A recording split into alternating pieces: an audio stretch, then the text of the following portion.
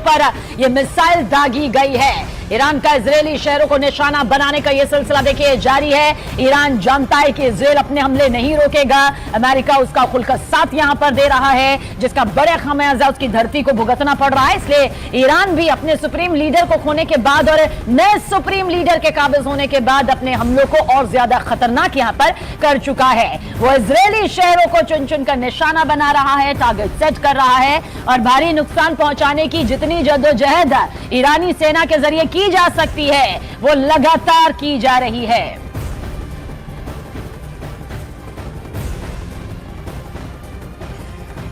और आइए अब आपको फटाफट अंदाज में महायुद्ध से जुड़ी हुई 25 बड़ी खबरें यहां पर दिखाते हैं। इससे पहले इजरायली सेना ने लेबनान के बैरूत में किया भीषण हमला। आईडीएफ ने हिजबुल्लाह के कई ठिकानों को निशाना बनाया। ईरान से जंग के बीच यूएई को मिसाइल देगा ऑस्ट्रेलिया। मिडिल ईस्ट में निगरानी के लिए विमान की भी तैनाती करेगा ऑस्ट्रेलिया। ईरान ने ऑस्ट्रेलिया में मौजूद महिला फुटबॉल खिलाड़ियों से घर लौटने की अपील की। ईरान के विदेश मंत्रालय के प्रवक्ता ने ऑस्ट्रेलिया में खिलाड़ियों को बंधक बनाने का लगाया आरोप। अमेरिका के जमीनी हमले का सामना करने के लिए ईरान तैयार। सूत्रों के मुताबिक अमेरिकी सैनिकों को के लिए कैप्चर करने की नीति अपनाएगा ईरान। ट्रंप के कभी भी युद्ध रोकने की आशंका को लेकर इजरायल ने तेज किया ईरान पर हमले। युद्ध खत्म होने से पहले ईरान को ज्यादा से ज्यादा नुकसान पहुंचाने की रणनीति पर काम कर रहा है इजरायल। मुस्तफा खामनेई के ईरान के नए सुप्रीम लीडर बनने पर पाकिस्तान के प्रधानमंत्री शहबाज शरीफ ने दी बधाई। शहबाज ने पूर्व supreme leader Ayatollah Ali Khamenei की मौत पर जताया दुख। यूएई पर ईरान के मिसाइल और ड्रोन से हमले जारी। यूएई ने कल ईरान की 8 मिसाइलों 35 ड्रोन हमलों को नष्ट किया। जंग के बीच ईरान से अपने दूतावास के कर्मचारियों को हटाएगा नीदरलैंड ने दूतावास कर्मचारियों को ईरान से अजरबैजान भेजने की घोषणा की। मिडल ईस्ट में जंग के बीच इराक के प्रधानमंत्री की अमेरिकी विदेश मंत्री मार्को रूबियो से फोन पर हुई बातचीत में इराक का अमेरिका को साफ संदेश, पड़ोसी देश पर अपने देश से किसी सैन्य कार्रवाई को अंजाम नहीं देने की नसीहत दी। मिडल ईस्ट में तनाव से घटी पूरी दुनिया की तेल सप्लाई। सऊदी अरब, इराक, यूएई और कुवैत ने मिलकर उत्पादन 67 लाख बैरल प्रतिदिन तक घटाया। ईरान के परमाणु भंडार पर अमेरिका और इजरायल की नजर। दोनों देश यूरेनियम कब्जे में लेने के लिए स्पेशल फोर्स के ऑपरेशन पर विचार कर रहे हैं। अमेरिका के रक्षा मंत्री पीट हेगसेथ ने की ईरान को धमकी। हेगसेथ बोले ईरान पर और बड़े हमले करेंगे। युद्ध में ईरान बुरी तरह हार रहा है। हेगसेथ ने कहा ट्रंप ईरान को कभी परमाणु बम नहीं बनाने देंगे।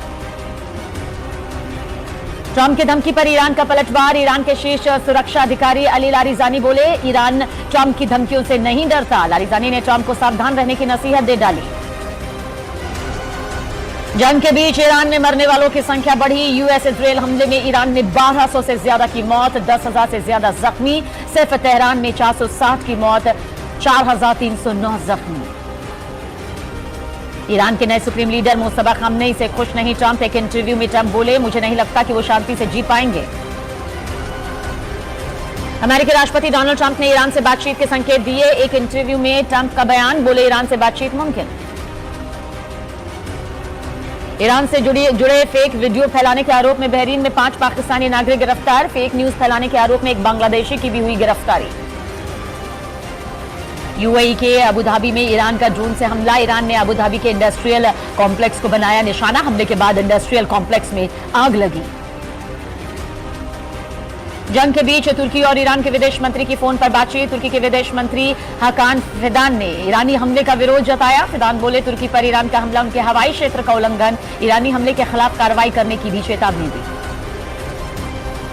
ईरान युद्ध का हवाई यात्रा पर असर पड़ना शुरू। एयर इंडिया ने फ्यूल सरचार्ज बढ़ाया। अब एयर इंडिया के हर डोमेस्टिक फ्लाइट पर यात्रियों को 399 रुपए फ्यूल चार्ज देने होंगे। विदेश जाने वाले यात्रियों को अब और भी फ्यूल चार्ज देना होगा।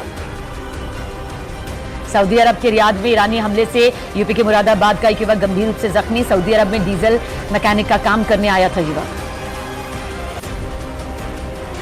मिडल ईस्ट में जंग के बीच कतर, यूएई, सऊदी अरब में मिलिट्री एक्सपर्ट भेजेगा यूक्रेन। ईरानी ड्रोन को गिराने की सलाह देंगे यूक्रेन के मिलिट्री एक्सपर्ट। इजराइल अमेरिका से जंग के बीच पुतिन ने ईरान के राष्ट्रपति मसूद पेजेश्कियन से फोन पर की बात। पुतिन ने मसूद पेजेश्कियन से जल्द संघर्ष खत्म करने और राजनीतिक बातचीत से समाधान निकालने की अपील की।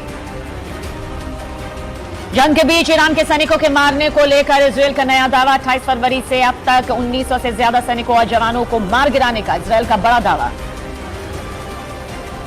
ईरान ने बहरीन की एक इमारत पर ड्रोन से किया हमला। हमले के दौरान जोरदार धमाके से